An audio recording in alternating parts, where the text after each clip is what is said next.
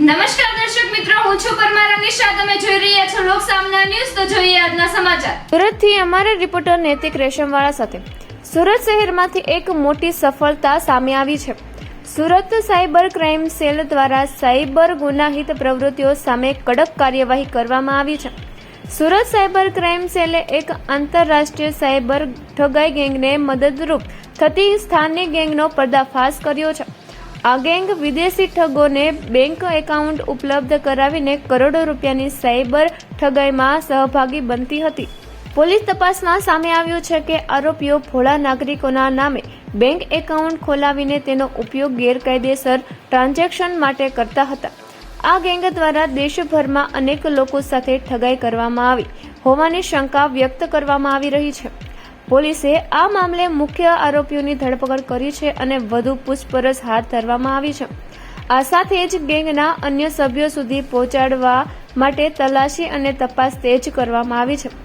Cyber crime cell દ્વારા નાગરિકોને appeal કરવામાં આવી છે કે તેઓ પોતાની બેંક માહિતી અજાણ્યા લોકો સાથે ક્યારેય શેર ન કરે અને શંકાસ્પદ ટ્રાન્ઝેક્શન સામે સતર્ક રહે. સુરત શહેર સાયબર સેલ દ્વારા નાયબ મુખ્યમંત્રી સાહેબની સૂચનાથી ઓપરેશન મ્યુલ હન્ટની કામગીરી સતત ચાલુ રાખવામાં આવ્યું છે અને એ કામગીરી હેઠળ અમે લોકોને એક બાતમી મળી, જેમાં એક ગેંગની માહિતી મળી કે એ ગેંગ સુરતમાં અલગ અલગ મહારાષ્ટ્રમાં અલગ અલગ બેંકોથી ખાતાઓ મેળવી અને અહીંયા પૈસા ઉપાડવાનું કામ કરે છે.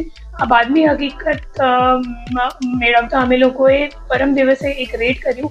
એ રેડમાં ભાવેશ શિંદે કરીને એક મહારાષ્ટ્રનું નેટિવ છે, એમની ધરપકડ કરવામાં આવી છે.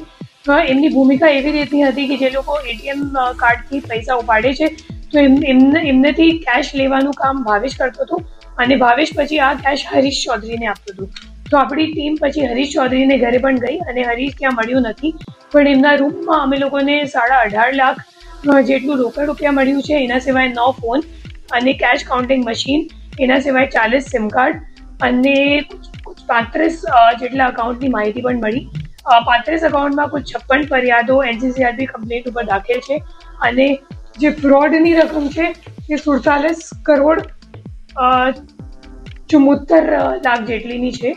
અને હાલ આ દિશામાં તપાસ ચાલુ છે, કેમ કે જે બે નાસ્તા ફરતા આરોપી છે હરીશ ચૌધરી અને ઋષિકેશ ચૌધરી, એ બંને જણા અગાઉ પણ ઈડીના એક કેસમાં જે ગેમિંગનો કેસ હતું 4 વર્ષ પહેલાનું, તો એમાં એ લોકો અરેસ્ટ થઈ ચૂક્યા છે ઓલરેડી. એમને મતલબ ગુનાહિત ઇતિહાસ છે એમને વિરુદ્ધ અને હજી એમને પકડવા માટેની અમે લોકોની તપાસ ચાલુ છે.